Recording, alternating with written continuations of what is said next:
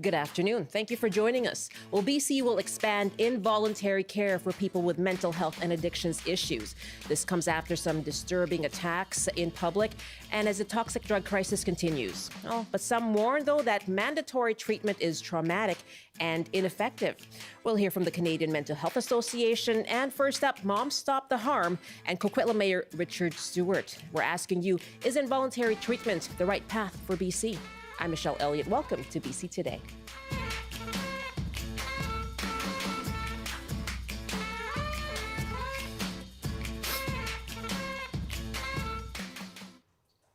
Premier David Eby says the province will expand the use of involuntary care for people with concurrent addiction, mental illness, and acquired brain injuries. I know that this group of people will be healthier, will be safer, will be better cared for in a supportive environment than they will be wandering the streets of our communities and dying.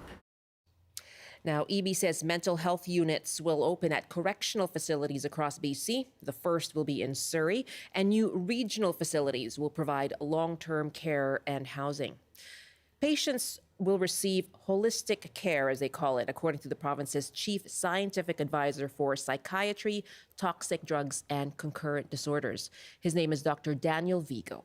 It will be close to their communities, expertly and intensively staffed, so in time, our patients get the best chance to recover and step down to lower levels of voluntary care.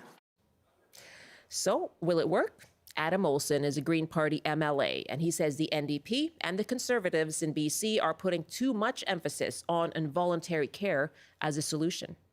Involuntary treatment is only one policy tool within a full suite of policies that you hear the experts desperately asking for. And what are the politicians doing? They're batting around a single policy plank in a whole continuum of care and pretending like it's going to solve the problem. Well, we're asking you for your thoughts. Is expanded involuntary treatment the right path for BC? Would you want or need involuntary treatment for yourself or for a loved one? Love to hear from you this hour here on BC Today. You can call us now, 1-800-825-5950, 604-669-3733. And you can also email bctoday@cbc.ca. If you'd like from your phone, you can just hit pound 690 as well. I'm pleased to welcome two guests for this conversation. Leslie McBain is co-founder of Moms Stop the Harm and the family engagement lead with the BC Centre on Substance Use. And Richard Stewart is the mayor of Coquitlam. Welcome to both of you. Thank you. Thank you, Michelle. Thank you so much for being here. Mayor Stewart, I'll start with you. You were at a news conference today speaking out about public safety and mental health issues. What do you make of this announcement from the province?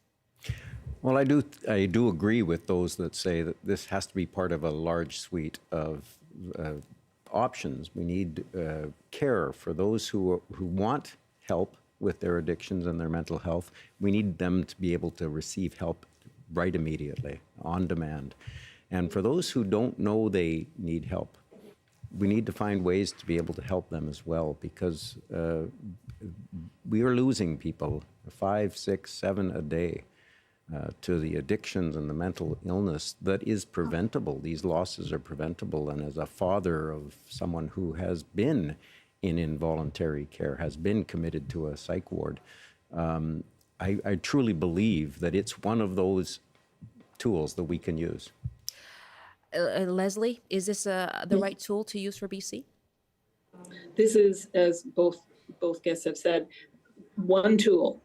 This is one tool, and it happens to be the most extreme tool in the toolbox. When nothing else works, we tend to, and I say we as a culture, lock them up. And I realize that involuntary care for some people helps, and it gets them into recovery. But all the research, or absolutely most of the research, shows that the people who are involuntarily put in treatment come out and are not successful long-term in the recovery. In fact, there's a the percentage of people who go back to what their old behavior was and they pass away because of they're susceptible to the street drugs again. So I think this is a very complex situation, a complex question. And one of the things I would say is that we don't have enough beds for voluntary treatment at the moment. Where are these new beds all going to exist and come from? And the professional personnel to attend to these folks, where is this going to come from? We don't have that. So this seems very aspirational to me. It seems like a very too simplistic an answer to a complex question. I guess if I speak for Moms Stop the Harm, we have never supported involuntary care, Right. Because of what we know of it and how some people, and I'm so glad your other guest's daughter was successful. I mean, that is the best thing. That's what we all hope for. But I don't know enough. There's a lot of holes in the announcement that Premier Eby made yesterday that we just need to know. There's human rights, for one thing, are at risk. There is just the idea of whether this person, a person is a danger to themselves or others. That's covered under the Mental Health Act. Is this person, were they affected by schizophrenia or bipolar or other severe mental health issues and not addiction? Everybody is different. So it's going to take some mighty high level professionalism to be able to say, well, this person should be involuntarily taken into custody or whatever you want to call it. And this person might be able to go into voluntary treatment. It's very complex. Mayor Stewart, you come at this from many different angles. As you mentioned, you're a parent yourself, and as is Leslie, and you are mayor of Coquitlam, where a lot of the conversation is centered around Riverview. I wonder what your thoughts are around that point. That do we have capacity for this? Because the issue has been people not being able to access treatment. People have asked for it. They end up at the ER and are sent home, and there's nowhere for them to go to get long-term treatment. And so to be talking about involuntary care, involuntary treatment, and opening these facilities, do we even have the capacity and the human resources? And that's the point that's just been made. Let's not talk just about involuntary care. I believe it's a tool in the toolbox, but ultimately, if we don't have enough beds for persons that are asking for treatment right now, we know that those people are more likely to succeed in their treatment because they have desire to succeed. I know that there are people out there that don't know they need help. And for them, this will be less successful, I'm told.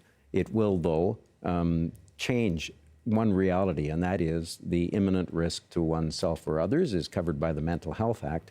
But if you take away the word imminent, there is no treatment unless people seek it out, and there's not enough beds when those people do seek it out. We just don't have enough services from the beginning, through the psych ward, through the mental health treatment, through addictions treatment. There aren't enough services. So before I go to Luana in Victoria, is this then an issue of trying to address the public safety aspect of this ongoing crisis rather than, or not as much, the addiction and mental health issues that one individual might have? I do think that the involuntary care has those two sides to it. One is, let's see what we can do to protect society and that person from the risks that that person is posing to themselves and to others. But also, there is a chance that we can get a person to the point where they can make a better choice. Because we know that with addictions, you'll never reach that point where your choices are lucid and well thought out. And so if I can give someone a chance, if society can give someone a chance to make a more voluntary choice, then we do that with dementia. We do that. We take away certain rights in order to protect people from choices that they might make while they cannot make them themselves. Leslie, I'll just ask you, what we heard from Dr. Vigo speaking yesterday, and we hear from the chief of the Vancouver Police, is that it is a small minority of people who would need involuntary treatment for the sake of public safety. Would you agree to that, or do you agree with that, or would you want to see guardrails around that to ensure that is the case? Yes, I would agree that it's a very small cohort that will need involuntary care. But I think therein is, they say the devil's in the details. Who's going to assess people? Where are they going to end up if, for instance, they're arrested for assault or other public safety risks? Where are they going to go? Who's going to assess them? Who is going to make the decision that they should be in involuntary care? If it's something that's so obvious, like the public ones we've had so far in the last few weeks of assault and great injury, I don't think there's much of a question there. But everyone is different. Everyone has different mental health needs who have poor mental health. Addiction causes, well, the toxic drug crisis has caused a large number of people to have psychological problems, very, very severe mental health issues.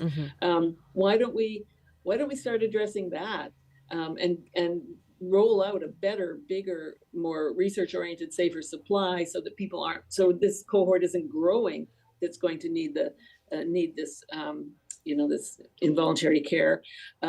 If there is involuntary care, as we both said, who's going to man this? Who's going to staff this? There's just too many questions. I think we will wait over the next week or two or months to hear a little bit more about the details of what Premier Eby and Dr. Vigo have in mind. We need to protect the public, there's no question.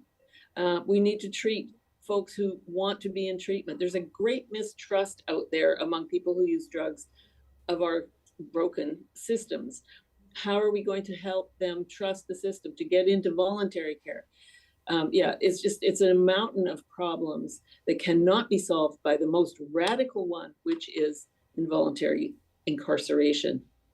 My guest, Leslie McBain, co-founder of Moms Stop the Harm and a family engagement lead with the BC Centre on Substance Use, and Richard Stewart is mayor of Coquitlam. We are asking you, in light of the province announcing yesterday that if the NDP were to be re-elected, they would pursue expansion of involuntary treatment. And we're asking you, is this the right path for BC? And in your own personal experience, for you, is it something that you would want or need for yourself or for a loved one? 1-800-825-5950, 604-669-3733. Luana has been waiting in Victoria. Hi, Luana. Thanks so much for holding on the line. Thanks for taking my call. Yes. What are your thoughts? Well, we've spoken before about my daughter. I remember. And if anything, this announcement has given me hope for her, that something might change for her, because as the mayor said, people aren't in a space to make rational decisions if they're in active addiction. And my daughter has fetal alcohol spectrum disorder, she has mental health issues, and she has an active addiction. And one of her special teams is for the addiction, and I feel that they just enabled her to stay where she is. And the other team is to help her with activities of daily living, but they can't even pursue any of that because she's in active addiction. And we've been doing this for 6 years. I've written emails to the Premier asking him to think about involuntary care, because I don't think that my daughter can make those decisions while she's in the midst of active addiction. Luana, I want to ask you, you've been through a lot over those 6 years. We've talked about how you walk around Victoria looking for her.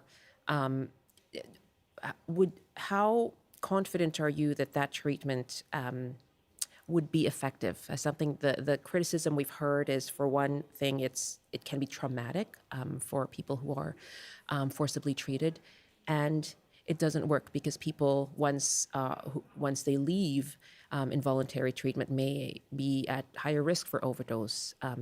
So I'm wondering how concerned you are about that, or is this a case of this is the solution you've been asking for, and you're just glad that it's on the table now? I'm very glad it's on the table, but I will share something with you, and I've had permission from my daughter to speak freely, but she was at Burnaby Youth Custody very early in her addiction, and after spending few months with her in addiction, I was just in despair. And then I went to visit her in youth custody, and she actually came skipping across the courtyard to me and plunked herself down beside me and said, "I love it here," because there was supervision, there was crafts, there were people telling her where to go, and that's what she needed. She needs that direction. She needs that supervision, and that's what I had been doing for her for most of her life. I was her external brain, and in the school system, there is none of that, so she was left to wander and not know where she was. But in the youth custody, she just was happy. And I also have fears that when she does go through rehab or whatever, if there's nothing for her to go to except for her old community, then yeah, she's going to be in with the same people again. But if there's some kind of support that we can, keep her busy with other things, then maybe she has a chance. She's 22. She's lived a quarter of her life in active addiction. She hasn't reached any kind of potential, and I want to give her that chance. We feel your pain listening to you, Luana, and I really wish all the best for you and your daughter. Okay, thank you so much for the call. Thank you. That's Luana in Victoria. I hope she's okay after speaking with us. I know that's a hard call to make. I want to just talk to you both, Leslie and Richard, as parents. What goes through your mind listening to that, Leslie? Yeah, my heart's broken for her, for mom and for daughter. And the guardrails she talks about are really important for people in severe mental health crisis and addiction, no question. And that I love to hear that her daughter loved where she was in that particular case. But the other really important thing in this is what happens after that person leaves this situation where they're involuntarily kept in whatever kind of treatment there is. There needs to be long-term follow-up. Do we have that? Will we have the personnel? We cannot just let people out. People need the support, either or both, the families and psychiatrists, let's say, and counselors and groups, all of the things that support a person in their recovery. So I didn't hear much about that in the announcement yesterday. I'm glad it's on the table. I'm glad we're talking about it. I hope we come to some very humane solutions about this. And as a parent who has lost her child, I'm not sure what my son would have accepted or would have been successful with. I think he was 25 when he died. He was trying to recover. Mm-hmm. So that's another thing, but he didn't have the mental health issues. So my heart just goes out to the family. Yeah, thank you for that. Mayor Stewart. Well, Luana and Leslie and Mom Stop the Harm, for that matter, a great group, a passionate group that is doing tremendous work in trying to raise these issues. We all need to contemplate why mental health is such a second-class illness. Mm-hmm. Mental health and addictions are illnesses, and we treat them, we just don't treat them. If you had, right now, you pretty much can't get care unless you're at stage 4. Imagine if we did that with cancer. We said, you're only at stage 2, come back when there's less hope, and we'll see what we can do with you. Our challenge is that we haven't traditionally done much for mental health, or done as much as we could. Coquitlam has been host for 100 years to the largest mental health facility in the province, but it was an asylum when it was set up. Mm-hmm. It was put people there because we needed to protect them from us and us from them. When we started to be able to treat them a little bit and had the antipsychotic and psychiatric meds, mental health could take on a different role. We could deal with it differently, but we didn't deal with it well. And we still aren't talking about it enough. So as Leslie just said, I'm glad this is a conversation that's happening now. Let's talk about why we treat mental illness differently. Why is it that when you call for an ambulance for a mental health attack, we send the police? The police show up because that's the response to mental health. We're getting better now. We're going to send a car with perhaps a plainclothes police or a peer-assisted. There's lots of different responses. Can we make science, direct science to making it so that we provide the care that mental illness and addictions deserve as if they were illnesses rather than criminal activities? Looking at it as comparing it to physical illnesses as well. We've gotten many emails about that, comparing it to how we deal with cancer, for example. I am just about out of time here. Really want to thank you both as we get started on this conversation. Really good to have you. Thank you. Thank you. All the best to you both. Leslie McBain is co-founder of Moms Stop the Harm and family engagement lead with the BC Centre for Substance Use, and Richard Stewart, mayor of Coquitlam. It's 12:27 now, Pacific time. Suzanne writes us on this topic. I live in the West End and see unbelievable suffering each day and every day on our streets and in our parks. By the way, I no longer want to walk through them because they are filthy and feel dangerous. I feel it is nothing short of cruel to leave suffering people to languish and die on our streets as we do. Overwhelmingly, we see complex mental health issues untreated. Over the years, I got to know some of these people and was on a friendly basis with them as neighbors, but I've seen one after another die cruel deaths. I beg our government to do something.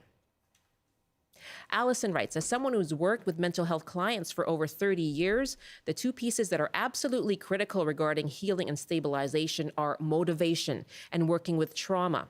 Involuntary treatment could be profoundly harmful and could re-traumatize the clients, therefore could increase regression regarding trauma and increase addiction. And Kate writes, I think it's essential you put just as much energy and resources into all the pillars of recovery, including prevention. Speaking with someone who graduated from high school in Nanaimo 1 year ago, she explained drug prevention education was very weak. I'd like to see serious pressure put on the government and the school boards to ramp up prevention education in schools. Let's help you understand the real life-changing consequences of using illicit drugs today. Thank you so much for all of your emails. You can keep sending them in to bctoday@cbc.ca. And we'll continue this conversation and continue to ask you, is involuntary treatment, expansion of that, is that the right path for BC? Would you want or need it for yourself or a loved one?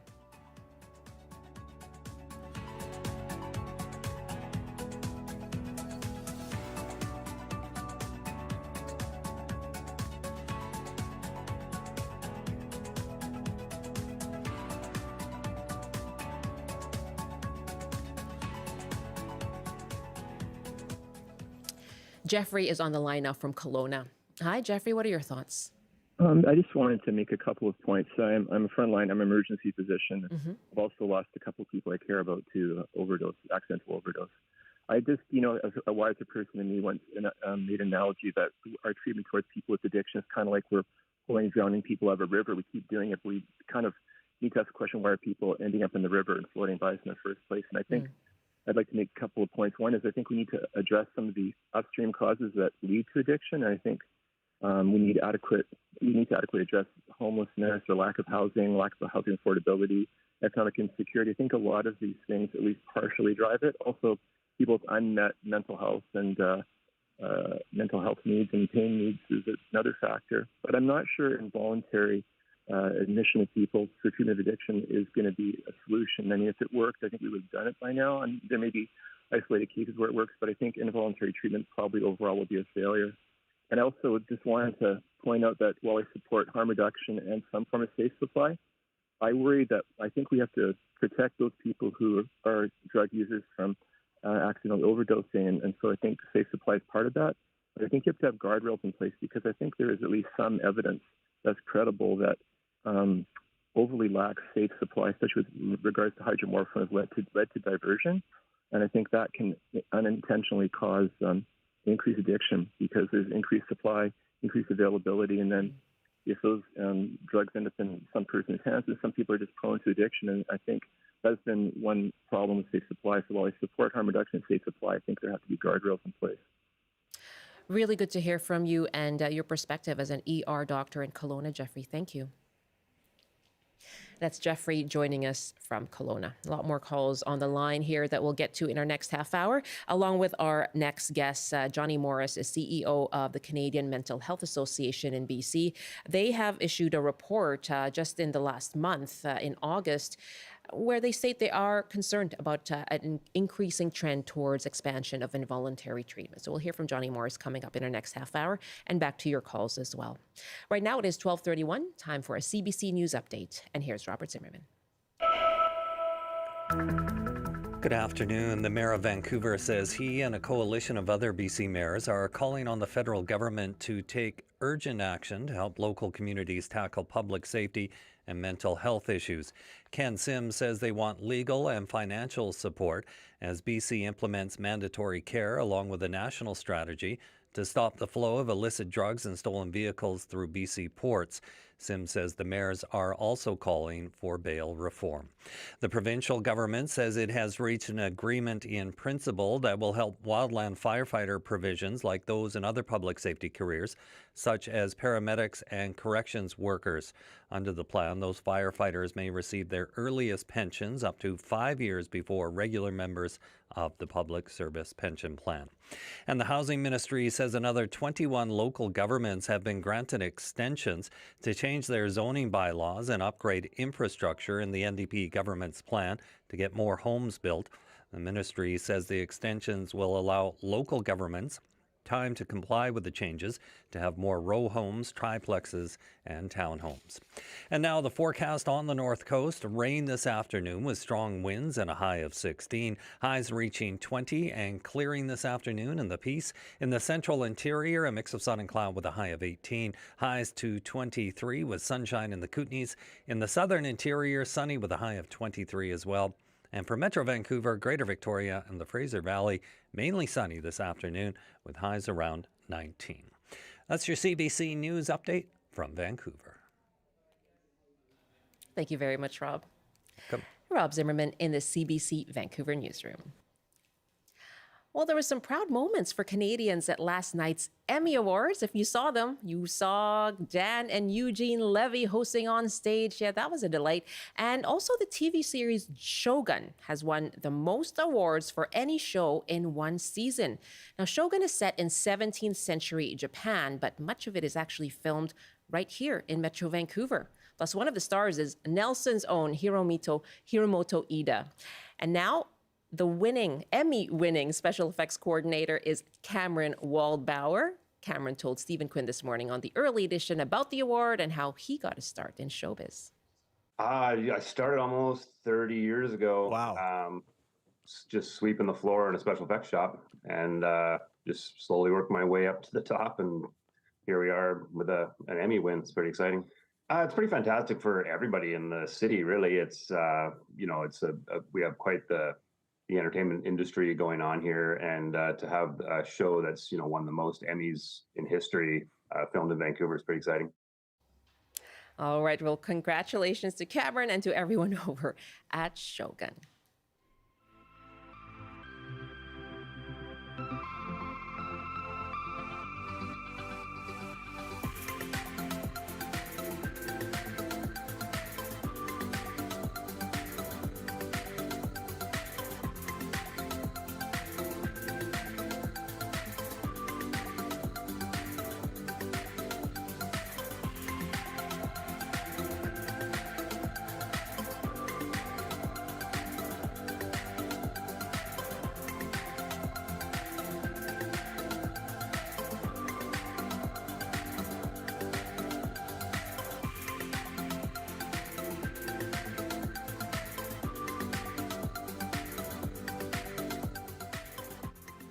This is BC Today. I'm Michelle Elliott. Thank you so much for being with us. We are discussing the big announcement from Premier David Eby yesterday that BC will move to expand involuntary care for people with mental health and addictions issues. And the province will also open what are called highly secure facilities to house people detained under the Mental Health Act. We're asking you, is involuntary treatment the right path for BC?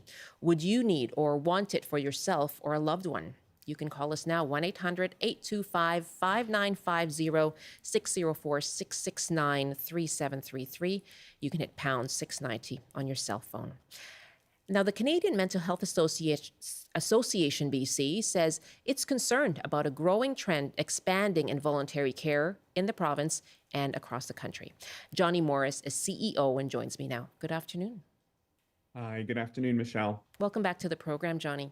Thank you. Why are you concerned about what you see as a growing trend? Well, yesterday's announcement, and I think there's been other announcements today, really shine a light on powers that already exist. We are in many ways doubling down on something we've done for a long time here in British Columbia. In BC, we see 20,000 individuals detained about 30,000 times each year. We have some of the highest detention rates in Canada.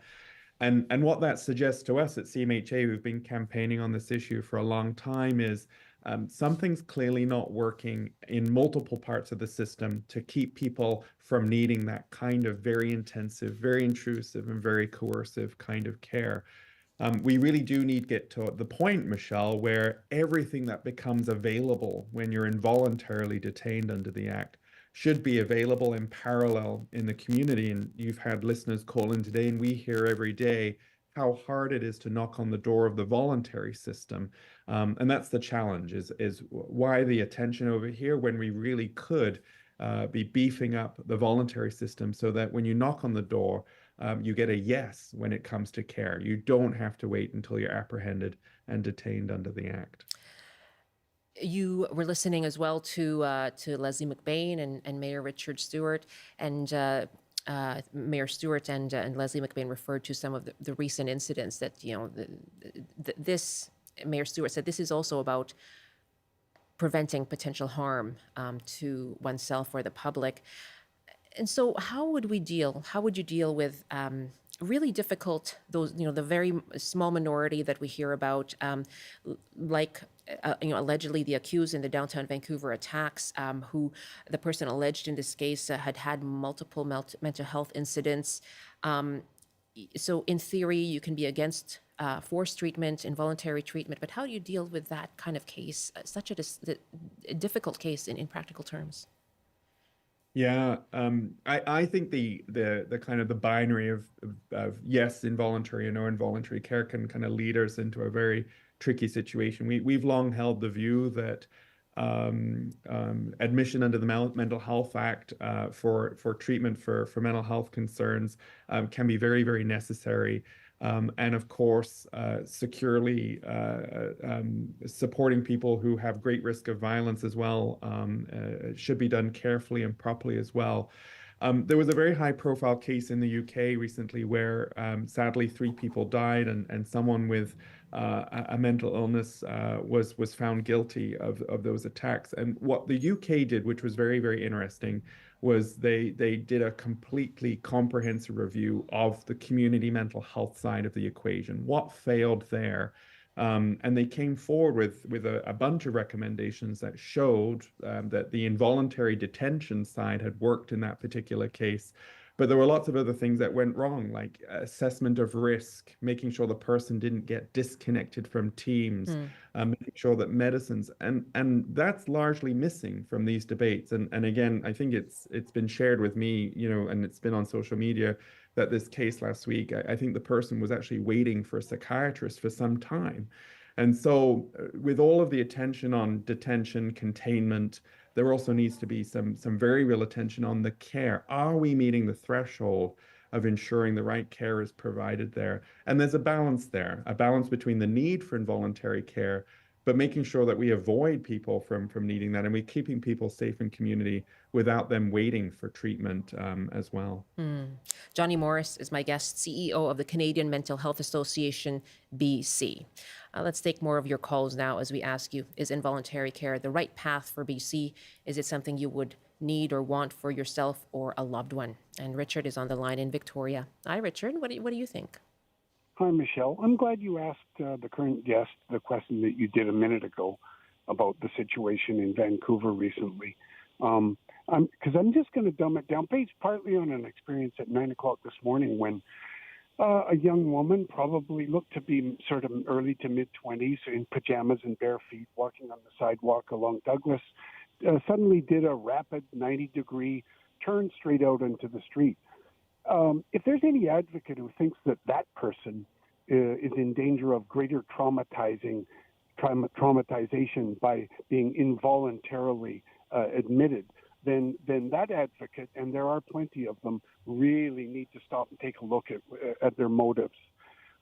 My opinion is that, or if there's an advocate who thinks that the parents or family of the person who had their hand severed or that was killed in Vancouver a couple of weeks ago, if they think that, that those families don't deserve some higher measure of protection, again, those advocates need to stop, take a hard look at their motives.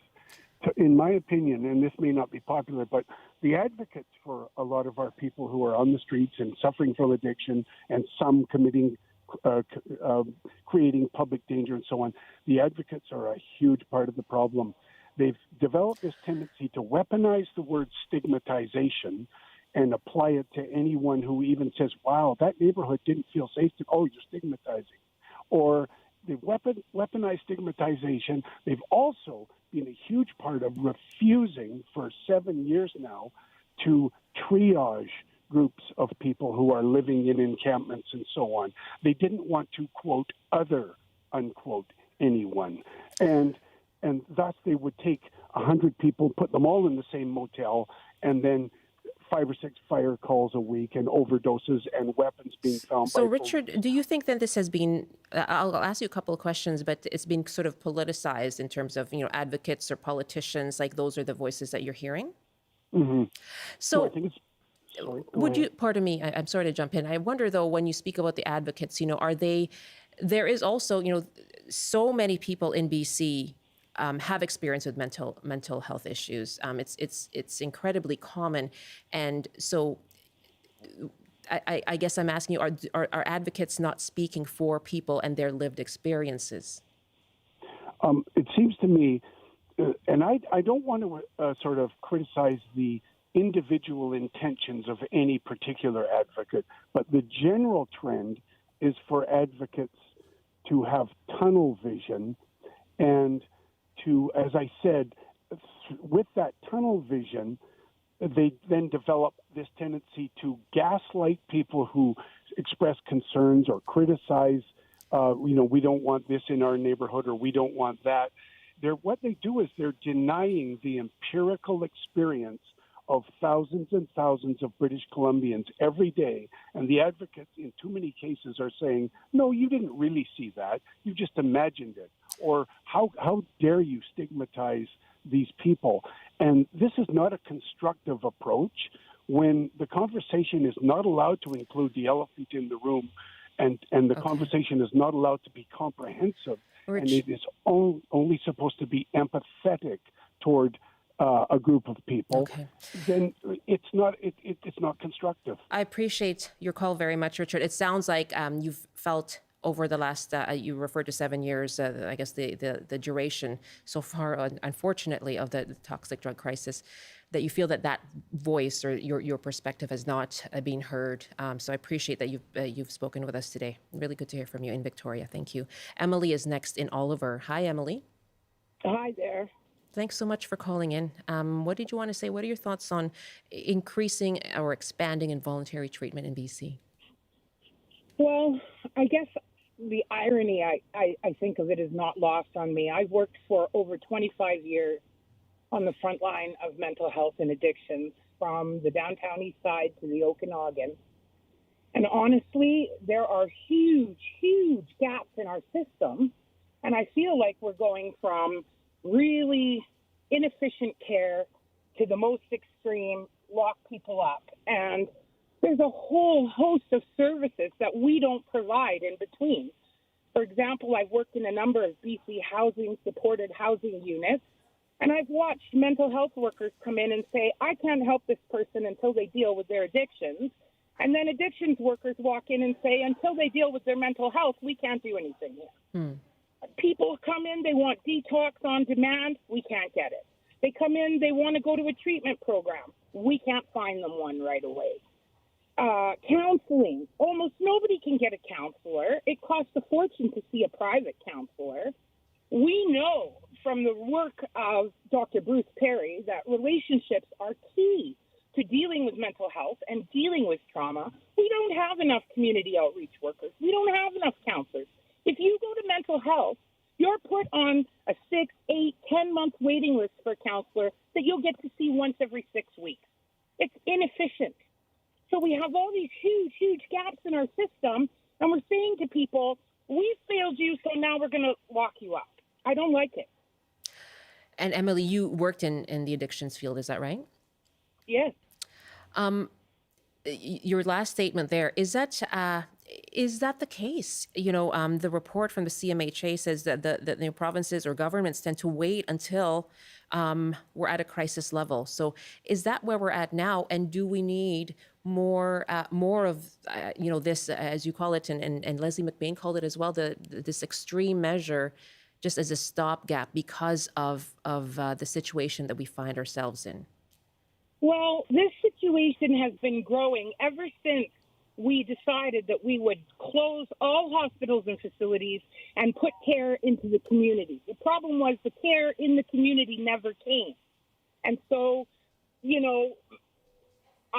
terms of an emergency, I'm not sure. I mean, there are certainly some people where involuntary care would be the best option for them in terms of safety for the public or for themselves.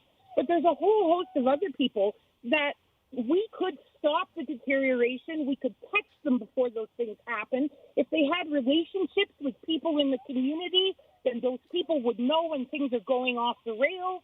But we don't do that. We don't have that. And so I feel like like the other person said, we wait till everybody has stage 4 and then we ask them, well, now we don't have anything we can do for you. That's Mayor Richard Stewart of Coquitlam. Emily, great to hear from you. Thanks so much for sharing your experience and your thoughts. Thank you. Take care. Johnny Morris is listening in, CEO of the Canadian Mental Health Association, BC. That point there, what about those community services? This is something that you're calling for. Can you tell us a bit more about that?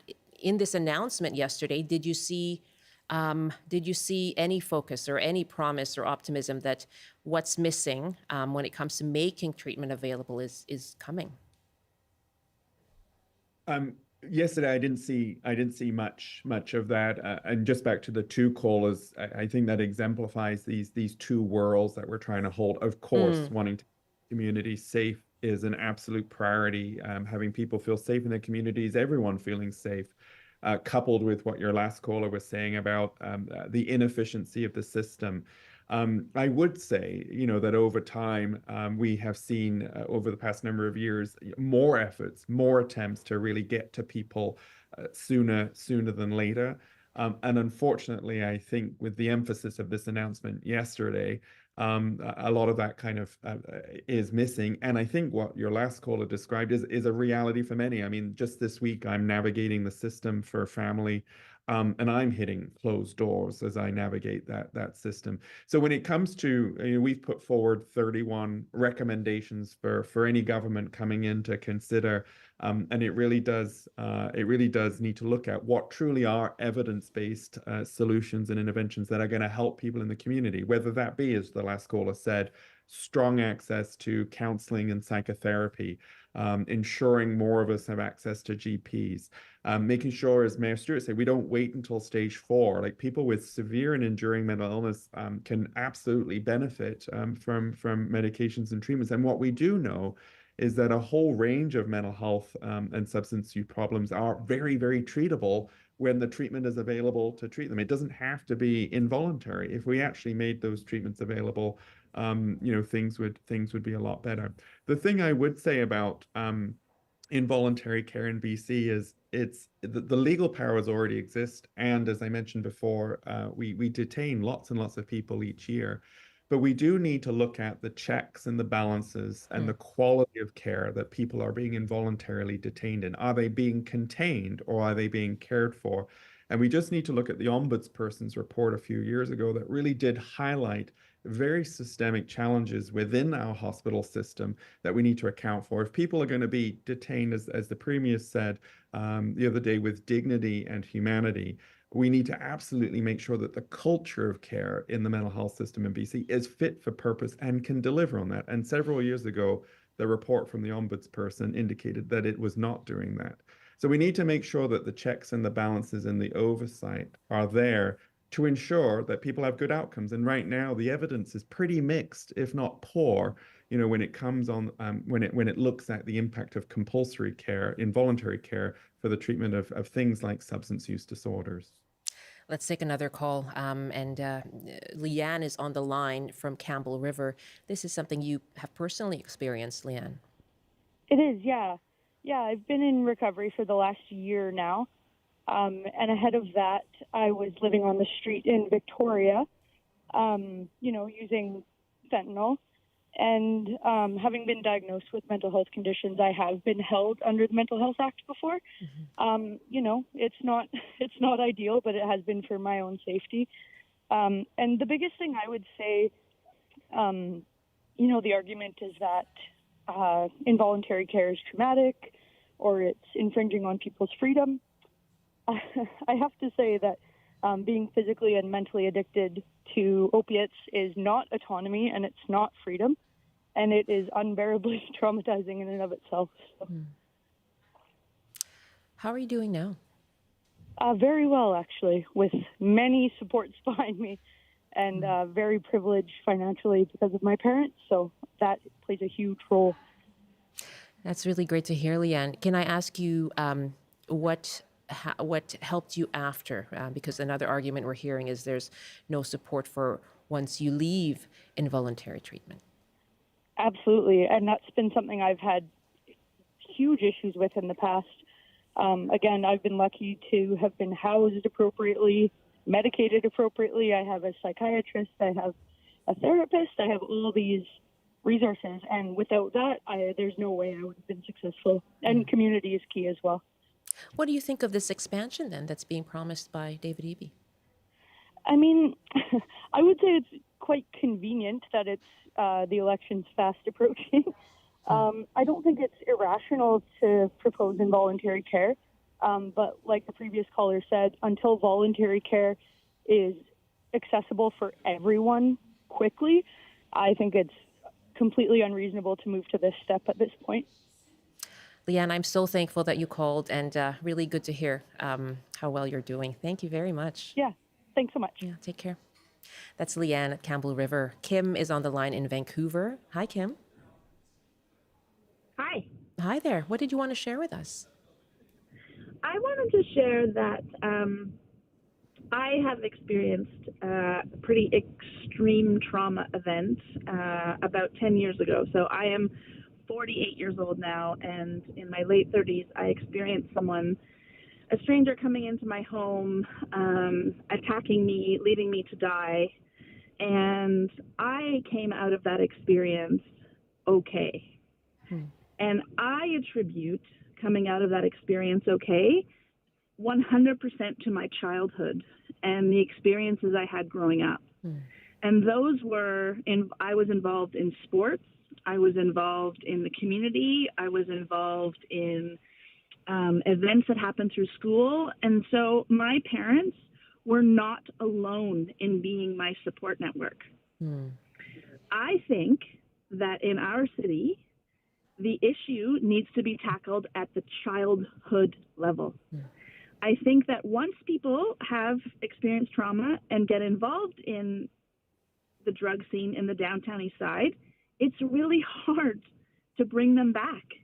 And we're asking a lot of our healthcare, and we're asking a lot of our social workers, and we're asking a lot of the police, and we're asking so much of our community to help these people after the fact. And I strongly, strongly believe that if young kids, I'm talking 6, 7 years old, were involved in things outside of just their house and just their school, you know, other things where they could meet people and talk to other people and have, you know, other forms of support that just their parents, and sometimes they only have one parent, right? Yeah. It's a lot to put on parents to support growing children in this society. Wow. And I think that our government is failing miserably at that level. The prevention piece of it as well, Kim. What a powerful story you share. Thank you so much. You're welcome. That's Kim in Vancouver. Just have about a minute to wrap up here. Johnny Morris, yes, we've been talking about treatment, but yeah, prevention there as well. As we heard from our other caller as well, there's an election coming, and I know you've put out a call to the parties. What do you want to see? We really want to see, much like you've cultivated here today, Michelle, so skillfully, a thoughtful, open conversation about mental illness, substance use, mental health in the campaign that really remembers that the people we're talking about are human beings fundamentally, much like the last two callers with experiences, often trauma, not always. So, you know, we really want to see the parties engage in this from a place of recognizing we are talking about human beings and human lives. And we are ostensibly talking about health conditions as well. Health conditions, not moral failings or flaws in character, but health conditions a lot of the time too. We're really hoping all of the parties can really engage with us and bring forward thoughtful, evidence-based, policy-driven ideas. We hope that they'll take up the 31 ideas that we've put forward as a roadmap for the provincial mental health system, building on some of the momentum we have, but also not relying solely on one-size-fits-all approaches.